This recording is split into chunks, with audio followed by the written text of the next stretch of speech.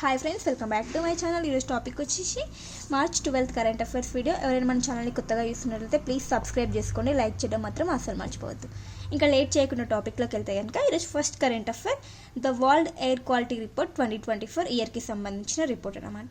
So release చేసిన సంస్థ ఏదంటే ఐక్యూ అనే సంస్థ, Swiss air quality technology company అనేటువంటి ఐక్యూ అనే సంస్థ ఈ రిపోర్ట్ని రిలీజ్ చేయడం జరిగిందనమాట. సో ఇందులో ముఖ్యమైన ఇంపార్టెన్స్ పాయింట్స్ చూస్తే కనుక ప్రపంచంలో అత్యధికంగా కాలుష్యం విడుదల చేసే 20 సిటీస్లో 12 సిటీస్ మన భారతదేశంలోనే ఉన్నాయంట. ప్రపంచంలో అత్యధికంగా కాలుష్యం వెలువడే 20 నగరాలలో ఎన్ని ఉన్నాయి మన భారతదేశం నుండి అంటే 12 నగరాలు మన భారతదేశానికి చెందినవే ఉన్నాయంట.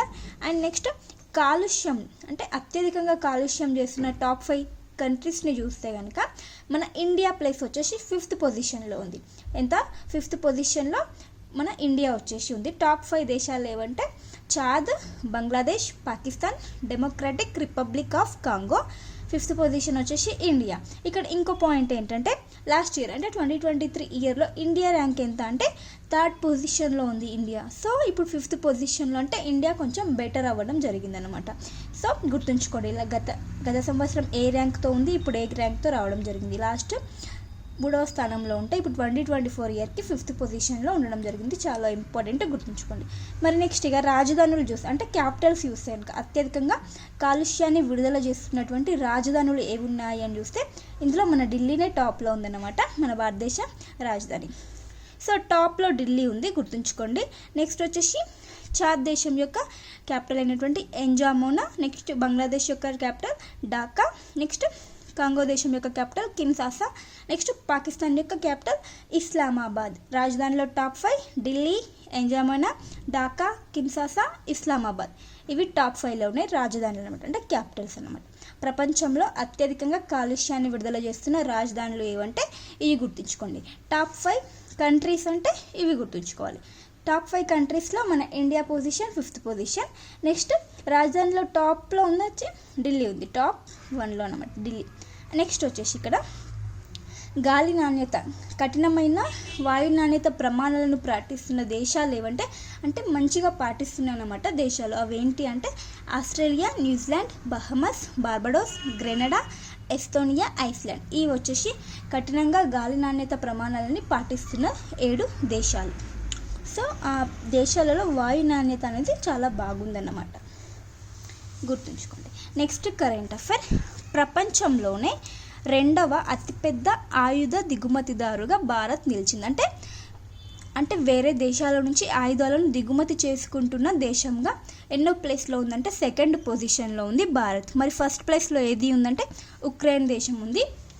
ఉక్రెయిన్లో ఆల్రెడీ వార్ జరుగుతుంది కాబట్టి వారికి సంబంధించిన వెపన్స్ అనేవి దిగుమతి చేసుకోవాల్సిన అవసరం ఉంది. సో టాప్ ఏ దేశం ఉంది ఆయుధాలను దిగుమతి చేసుకునడంలో టాప్ దేశం వచ్చేసి ఉక్రెయిన్ ఉంది. 2nd పొజిషన్ మన భారత్ ఉంది. సో ప్రపంచ వాటాలో ఉక్రెయిన్ ఎంత శాతం దిగుమతి చేసుకుందంటే 8.8%, 8.8% దిగుమతి చేసుకుంటుంది వివిధ దేశాల నుండి. సో ఈ రిపోర్ట్ని ఏ సంస్థ ఇస్తుందంటే సిప్రి సంస్థ వచ్చేసి ఈ రిపోర్ట్ని ఇవ్వడం జరుగుతుంది. ఫుల్ ఫామ్ చూస్తే కనుక Stockholm international peace research institute. SIPRI సంస్థ ఈ ఆయుధాలకు సంబంధించిన రిపోర్ట్ అనేది ఇవ్వడం జరుగుతుంది. సో ఇక్కడ చూస్తే కనుక దిగుమతి చేసుకుంటున్న దేశాలు చూస్తే టాప్లో ఉక్రెయిన్ ఉంది, 2nd పొజిషన్లో భారత్, 3rd పొజిషన్లో ఖతార్, 4th పొజిషన్లో సౌదీ అరేబియా, 5th పొజిషన్లో పాకిస్తాన్, 6th పొజిషన్లో జపాన్ ఉన్నాయి. సో ఇక్కడ ఇవన్నీ దిగుమతి చేసుకుంటున్న దేశాలు అనమాట. మరి ఎగుమతి చేసుకుంటున్న దేశాలు కూడా చూడాలి కదా. సో ఎగుమతి ఏవి చేస్తున్నాయంటే అంటే వేరే దేశాలకి తమ ఆయుధాలను పంపిస్తున్న దేశాలంటే అమెరికా ఇవే ఉంటాయి కదా, అగ్రరాజ్యాలు అయినటువంటి. సో టాప్లో అమెరికా ఉంది. Next France, Russia, China, Germany, Italy. Top 6 ఇవి ఎగుమతి చేస్తున్న దేశాలు. దిగుమతి అంటే Ukraine, Bharat, Qatar, Saudi Arabia, Pakistan, Japan. గుర్తుంచుకోండి, చాలా ఇంపార్టెంట్. నెక్స్ట్ మన భారత్ చూస్తే కనుక మరి భారత్ ఏ దేశాల నుండి ఎక్కువగా ఆయుధాలు దిగుమతి చేసుకుంటుందో అది కూడా ఇంపార్టెంట్ కదా. ఏ దేశాల నుండి ఎక్కువగా ఆయుధాలు దిగుమతి చేసుకుందంటే రష్యా నుంచి 38% వరకు ఏవైతే భారత్ ఆయుధాలను దిగుమతి చేసుకుంటుందో అలా 38% రష్యా దేశం నుండి ఎక్కువగా దిగుమతి చేసుకుంటుందన్నమాట, రష్యా నుండి. Next France. ఈ 2 దేశాల నుండి ఎక్కువగా ఆయుధాలు దిగుమతి చేసుకుంటుంది మన భారత్. నెక్స్ట్ ఈ సిప్రి గురించి చూస్తే కనుక ఇది 1966 ఏర్పడటం జరిగింది. హెడ్ క్వార్టర్ వచ్చేసి స్వీడన్లోని స్టాక్ హోమ్ హెడ్ క్వార్టర్ అనమాట, గుర్తుంచుకోండి. సో ఇక్కడ పాకిస్తాన్ చూస్తే కనుక పాకిస్తాన్ ఏ దేశం నుండి ఎక్కువగా ఆయుధాలు దిగుమతి చేసుకుందంటే టోటల్గా 81% చైనా మీదనే డిపెండ్ అయిందనమాట ఆయుధాలను దిగుమతి చేసుకోవడంలో. పాకిస్తాన్ వచ్చేసి చైనా నుంచి దిగుమతి చేసుకుంటుంది. మరి ఉక్రెయిన్లో వార్ నడుస్తుంది కదా, సో ఉక్రెయిన్ ఎక్కడ నుంచి దిగుమతి చేసుకుంటుంది ఆయుధాలు అంటే అమెరికా, జర్మనీ, పోలాండ్. అత్యధికంగా అయితే 45% వచ్చేసి అమెరికా నుండి దిగుమతి చేసుకోవడం జరుగుతుంది. నెక్స్ట్ జర్మనీ, పోలాండ్ ఈ 2 దేశాల నుంచి దిగుమతి చేసుకోవడం జరుగుతుంది. సో చాలా ఇంపార్టెంట్, సో గుర్తుంచుకోవడానికి ట్రై చేయండి. నెక్స్ట్ మారిషస్ అత్యున్నత పురస్కారం. మారిషస్ తన దేశం యొక్క అత్యున్నత పురస్కారాన్ని ఇటీవల ఎవరికి ప్రకటించింది అంటే ఎవరు, మన భారతదేశ ప్రధానమంత్రి అయినటువంటి ప్రధాని నరేంద్ర మోడీ గారికి ఈ అత్యున్నత పురస్కారాన్ని ఆ దేశం యొక్క స్వాతంత్ర దినోత్సవం సందర్భంగా ఆ దేశం ప్రకటించడం జరిగిందనమాట మన ప్రధాని నరేంద్ర మోడీ గారికి. సో ఏ రోజు ఆ దేశం యొక్క స్వాతంత్ర దినోత్సవం అంటే మార్చ్ 12. రీసెంట్గా ప్రధాని గారు మారిషస్ పర్యటనకు వెళ్ళడం జరిగింది కదా, మార్చ్ 11, 12 మధ్య ఆ దేశం యొక్క పర్యటనకు వెళ్ళడం జరిగింది. సో ఆ సందర్భంగా ప్రధాని గారికి ఈ అత్యున్నత పురస్కారాన్ని ఇవ్వడం జరిగిందన్నమాట. సో ఆ పురస్కారం నేమ్ చూస్తే కనుక the grand commander of the order of the star and key of the Indian Ocean. So name చాలా పెద్దగా ఉంది, సో గుర్తుంచుకోండి. The grand commander of the order of the star and key of the Indian Ocean అనే పురస్కారాన్ని Mauritius ప్రధానమంత్రి నరేంద్ర మోడీ గారికి ఇవ్వడం జరిగింది. ఇయర్ వచ్చేసి 2025. సో గుర్తుంచుకోండి, ప్రధాని గారికి చాలా పురస్కారాలు అంటే ఆ దేశం యొక్క పురస్కారాలను ఇవ్వడం జరుగుతుంది. సో గుర్తుంచుకోవడానికి ట్రై చేయండి ఏ ఇయర్లో ఎన్ని పురస్కారాలు వచ్చాయి, ఏ దేశం ఇవ్వడం జరిగింది. సో ఇక్కడ స్పెషాలిటీ చూస్తే కనుక ఈ పురస్కారం యొక్క స్పెషాలిటీ, ఈ పురస్కారాన్ని అందుకున్న మన భారతదేశ తొలి ప్రధానిగా నిలిచింది ఎవరంటే ప్రధాని నరేంద్ర మోడీ గారు తొలి భారత ప్రధానిగా నిలవడం జరిగిందనమాట. అంటే ఇప్పటివరకు మన దేశానికి ఏ ప్రధానికి ఈ పురస్కారం ఇవ్వలేదు. సో ప్రధాని నరేంద్ర మోడీ గారే ఫస్ట్ టైం అనమాట ఈ పురస్కారాన్ని అందుకున్న లిస్టులో. నెక్స్ట్ ఇంకో రికార్డ్ ఏంటంటే 5వ విదేశీ నేతగా. టోటల్గా వారి యొక్క పురస్కారాన్ని ఇప్పటివరకు ఇంతకుముందు వరకు 4 మెంబర్స్కి ఇవ్వడం జరిగింది. విదేశీ నేతలు ఎవరైతే ఉంటారో 4 మెంబర్స్కి ఇవ్వడం జరిగింది. ఇప్పుడు ప్రధాని గారితో కలుపుకుంటే 5వ విదేశీ నేతగా ప్రధాని మోదీ గారు నిలవడం జరిగింది. తొలి భారత ప్రధాని అండ్ 5వ విదేశీ నేతగా ఈ పురస్కారాన్ని అందుకున్నారు. సో మొదటిసారి ఎవరికి ఇవ్వడం జరిగిందంటే నెల్సన్ మండేలా గారికి ఆ దేశం యొక్క అత్యున్నత పురస్కారాన్ని ఇవ్వడం జరిగిందనమాట. సో గుర్తుంచుకోండి. నెక్స్ట్ ఏంటంటే ప్రధాని గారు వెళ్ళడం జరిగింది కదా ఆ దేశం యొక్క పర్యటనకి. సో అక్కడ ఒక సంగీతంతో ప్రధాని గారిని వెల్కమ్ చేయడం జరిగిందనమాట. సో ఆ నేమ్ ఏంటంటే గీత్ గవై అనే ఒక భోజ్పురి సంగీతంతో ప్రధాని గారిని వెల్కమ్ చేయడం జరిగింది. అక్కడ భోజ్పురి మహిళలు ఆ తెగకు సంబంధించిన మహిళలు అనమాట. అయితే ఈ గీత్ గవై చూస్తే కనుక 2016లో UNESCO intangible cultural heritage of humanity ఆ లిస్ట్లో చేరడం జరిగిందంట ఈ గీత్ గవై, గుర్తుంచుకోండి. సో ఇంకా మారిషస్ దేశం యొక్క పర్యటన సందర్భంగా ఇంకా కొన్ని ఇంపార్టెంట్ పాయింట్స్ చూస్తే కనుక అక్కడ మన భారతదేశానికి చెందినటువంటి INS Imphal, next Akash Ganga sky driving అనేవి ఆ రోజు స్వాతంత్ర దినోత్సవంలో ప్రత్యేక ఆకర్షణగా నిలవడం జరిగింది. INS Imphal and Akash Ganga sky diving, గుర్తుంచుకోండి. నెక్స్ట్ మరి ఒప్పందాలు ఏమైనా జరిగాయి అంటే ఇరు దేశాల మధ్య. సో కొన్ని టాపిక్స్కి సంబంధించి ఒప్పందాలు అనేవి జరిగినాయి.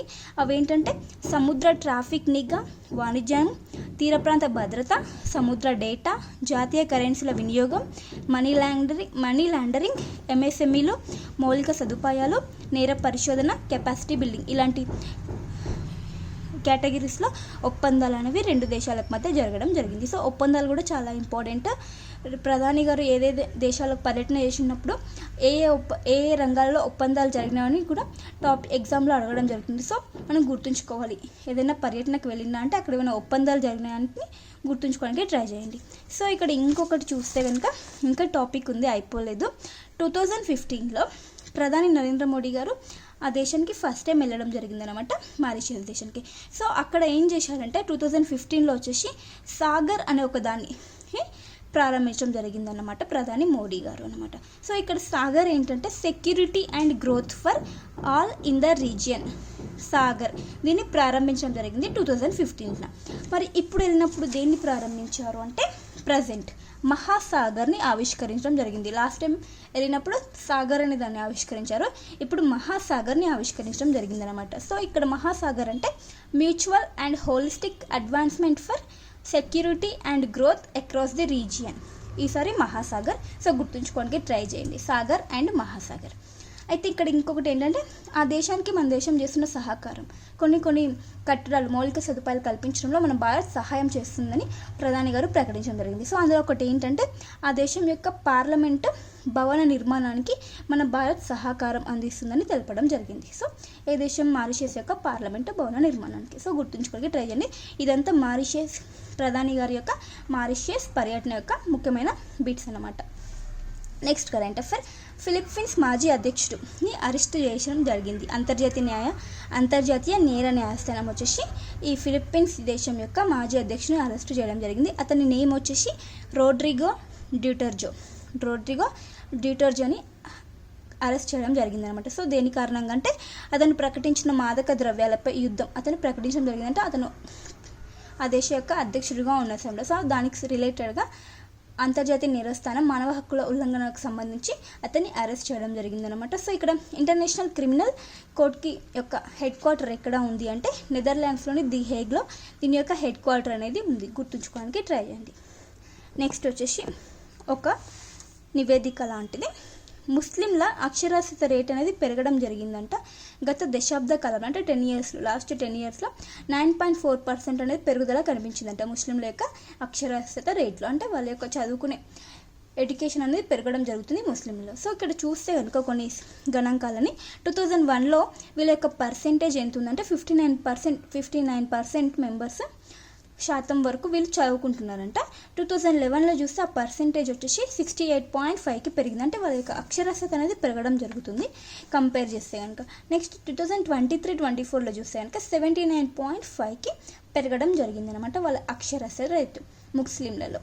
సో ఇక్కడ ఇంకోటి చూస్తే అంటే జాతీయ సగటు కంటే వీళ్ళ యొక్క అక్షరాస్యత రేటు తక్కువగానే ఉండడం జరిగింది. సో జాతీయ సగటు ఎంత అంటే 80.9% జాతీయ సగటు అనమాట. సో దానికంటే తక్కువగానే ఉండడం జరిగింది. Next current affair. జమ్మూ కాశ్మీర్లోని 2 గ్రూపులపై 5 ఏళ్ల నిషేధాన్ని విధించడం జరిగింది కేంద్ర ప్రభుత్వం.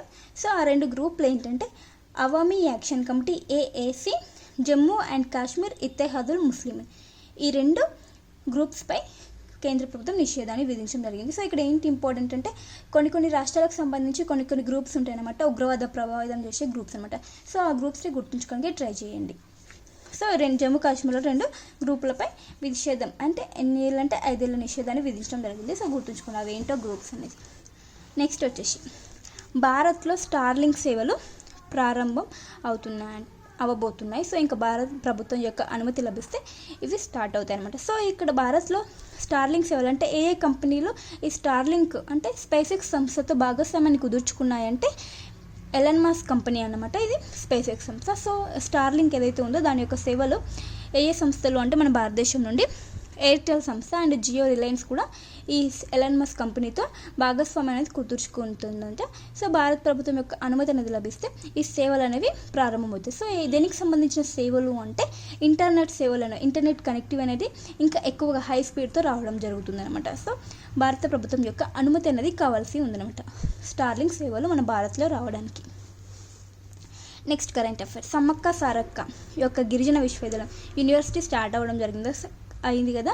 సో దానికి తొలి వైస్ ఛాన్సలర్గా, తొలి వీసీగా ఎవరిని నియమించారంటే ప్రొఫెసర్ లక్ష్మీ శ్రీనివాస్ ఎడపల్లిని నియమించడం జరిగింది. తొలి వైస్ ఛాన్సలర్గా ఇతన్ని నియమించారు. సో గుర్తుంచుకోండి తొలి వీసీ ఎవరు. ఇతను 5 సంవత్సరాల వరకు ఆ పదవిలో ఉండడం జరుగుతుంది. నెక్స్ట్ యాదగిరి దేవాలయం తెలంగాణకు సంబంధించి కరెంట్ అఫైర్. సో యాదగిరిగుట్ట దేవాలయానికి ISO సర్టిఫికేట్ అనేది లభించడం జరిగిందన్నమాట. ISO certificate. సో అక్కడ ఉన్న దైవం వచ్చేసి లక్ష్మీ నరసింహస్వామి గారు దైవం, ప్రధాన దైవం. సో గుర్తుంచుకోవడానికి ట్రై చేయండి. Next current affair. ఇండియా మరియు ఆర్మేనియా ఈ 2 దేశాల మధ్య ఒక ఒప్పందం జరిగిందనమాట. సో దేనికి రిలేటెడ్ అంటే మెడికల్ ప్రొడక్ట్స్ రెగ్యులేషన్స్కి సంబంధించి ఒక ఒప్పందం ఇండియా అండ్ ఆర్మేనియా దేశాల మధ్య జరిగిందనమాట. సో ఇక్కడ ఆర్మేనియా దేశానికి చూస్తే కనుక మన భారత్ వచ్చేసి ఆకాష్ మిజైల్స్, పినాక ర్యాకెట్స్ని భారత్ ఎగుమతి చేస్తుందంట ఈ ఆర్మేనియా దేశానికి. సో ఇక్కడ ఇంకొకటి ఆర్మేనియా దేశానికి చూసిన ఇంపార్టెంట్ పాయింట్ చూస్తే ఇంటర్నేషనల్ సోలార్ అలయన్స్లో చేరిన 104వ శాశ్వత దేశంగా ఆర్మేనియా నిలవడం జరిగింది, అంతర్జాతీయ సౌర కూటమిలో చేరిన. నెక్స్ట్ వచ్చేసి షీతారా అనే ఒక ప్రచార కార్యక్రమాన్ని ఏ సంస్థ చేపడుతుందంటే స్టార్ హెల్త్ ఇన్సూరెన్స్ తమిళనాడులో ఈ ప్రచార కార్యక్రమాన్ని చేయడం జరుగుతుందన్నమాట. ఇది ఉమెన్స్ డే సందర్భంగా ఈ కార్యక్రమాన్ని స్టార్ట్ చేయడం జరిగింది. షితారా అనే కార్యక్రమాన్ని. ఏ సంస్థ? స్టార్ హెల్త్ ఇన్సూరెన్స్, ఒక ఇన్సూరెన్స్కి చెందిన సంస్థ. Next current affair, CCRH Adamas university, ఈ రెండింటి మధ్య ఒక ఒప్పందం అనేది కుదిరింది అనమాట. CCRH అంటే central council for research in homeopathy. హోమియోపతికి సంబంధించి ఈ రెండు సంస్థల మధ్య, యూనివర్సిటీ అండ్ ఈ సంస్థ మధ్య ఒక ఒప్పందం అనేది కుదరడం జరిగింది. ఈ అడామస్ యూనివర్సిటీ వచ్చేసి కోల్కతాలో ఉంది. సో దేనికి సంబంధించిన ఒప్పందం అనేది జరిగిందంటే హోమియోపతి ఉంది కదా, సో ఆ హోమియోపతిలో పరిశోధనలు ఇంకా చేయడానికి ఒక ప్రోత్సహించేందుకు ఎంకరేజ్ చేయడానికి ఒక ఒప్పందం వచ్చేసి ఈ రెండు దేశాల మధ్య ఈ రెండు సంస్థల మధ్య జరిగింది. CCRH అండ్ అడామస్ యూనివర్సిటీ మధ్య జరిగిన ఒప్పందం హోమియోపతికి సంబంధించి. అయితే ఈ ఒప్పందంలో భాగంగా దీనికి ఒక ముఖ్య అతిథిని ఇన్వైట్ చేయడం జరిగింది. అతను ఎవరంటే గ్రెగరీ పాల్ వింటర్ నోబెల్ గ్రహీత అన్నమాట. సో ఇతన్ని ఇన్వైట్ చేయడం జరిగింది ఈ ఒప్పందం సందర్భంగా. నెక్స్ట్ కరెంట్ అఫైర్, భారతీయ బ్యాంకుల సంఘం IBA యొక్క ప్రధాన కార్యనిర్వాహకుడిగా ఎవరు నియమించారంటే ఇటీవల అతుల్ కుమార్ గోయల్ని నియమించడం జరిగింది. సో గుర్తుంచుకోండి, 1 line current affair. Next current affair, 150వ వార్షికోత్సవ టెస్ట్ మ్యాచ్ సందర్భంగా ఈ టెస్ట్ మ్యాచ్ వచ్చేసి ఆస్ట్రేలియా మరియు ఇంగ్లాండ్ ఈ రెండు జట్ల మధ్య జరిగిందంట. సో 150 వార్షికోత్సవ సందర్భంగా మళ్ళీ ఈ రెండు జట్ల మధ్యనే ఈ టెస్ట్ మ్యాచ్ని పెడతారంట. సో ఎప్పుడు జరిగిందంటే తొలి టెస్ట్ మ్యాచ్ వచ్చేసి మార్చ్లో జరిగింది, 1877. సో మళ్ళీ 150వ వార్షికోత్సవం 150 ఇయర్స్ సందర్భంగా ఈ రెండు జట్ల మధ్యనే మ్యాచ్ అనేది పెట్టబోతున్నారు, ఆస్ట్రేలియా ఇంగ్లాండ్ అని గుర్తుంచుకోండి. సో March 11, 15 మధ్య 2027లో ఎక్కడ వేదిక అంటే ఆస్ట్రేలియాలోని మెల్బర్న్ క్రికెట్ గ్రౌండ్లో ఈ test match, day and night test match అంట పెట్టబోతున్నారు, 150వ వార్షికోత్సవ test match. Next current affair, భారత జాతీయ ఆర్కైవ్స్ యొక్క 130వ వ్యవస్థాపన దినోత్సవం, స్థాపించిన దినోత్సవం అంట. సో ఏ రోజున అంటే March 11, 2025 జాతీయ ఆర్కైవ్స్ యొక్క స్థాపన దినోత్సవం. దీన్ని కేంద్ర మంత్రి అయినటువంటి గజేంద్ర సింగ్ షెకావత్ గారు దీన్ని ప్రారంభించడం జరిగిందనమాట. సో ఇందులో భాగంగా భారత వారసత్వం శిల్పకళా శైలి ఒక ప్రదర్శనను నిర్వహించడం జరిగింది ఈ సందర్భంగా అనమాట. సో దీని సందర్భంగా దేన్ని స్టార్ట్ చేసేవారు అంటే జ్ఞాన భారతం మిషన్ అనేది ఒకదాన్ని ప్రారంభించడం జరిగిందనమాట. అండ్ ఇక్కడ NAI సంస్థ వచ్చేసి హిస్టరీకి సంబంధించినటువంటి చారిత్రక పత్రాలను డిజిటల్గా సంరక్షించే బాధ్యత దీనిదంట. చారిత్రక పత్రాలు ఏవైతే ఉంటాయి కదా, సో వాటిని డిజిటలైజ్ చేస్తుందంట. అంటే డిజిటల్గా టెక్నాలజీని యూజ్ చేసుకుని వాటిని ప్రొటెక్ట్ చేయడం జరుగుతుంది, సంరక్షించడం జరుగుతుంది. ఈ ప్రోగ్రామ్ని NIA అద్భుతంగా నిర్వహించడం జరుగుతుంది, NIA. సో ఈ యొక్క భారత జాతీయ ఆర్కైవ్స్ యొక్క స్థాపన దినోత్సవంగా స్టార్ట్ చేసిన మిషన్ ఏంటంటే జ్ఞాన భారతం మిషన్ని ప్రారంభించడం జరిగింది. సో గుర్తుంచుకోవడానికి ట్రై చేయండి. సో ఇవ్వండి ఫ్రెండ్స్ ఈరోజు ఇంపార్టెంట్ కరెంట్ అఫైర్. వీడియో నచ్చితే ప్లీజ్ లైక్ చేయండి, షేర్ చేయండి, అలాగే సబ్స్క్రైబ్ చేసుకోవడం మాత్రం అసలు మర్చిపోద్దు. Thank you for watching. By.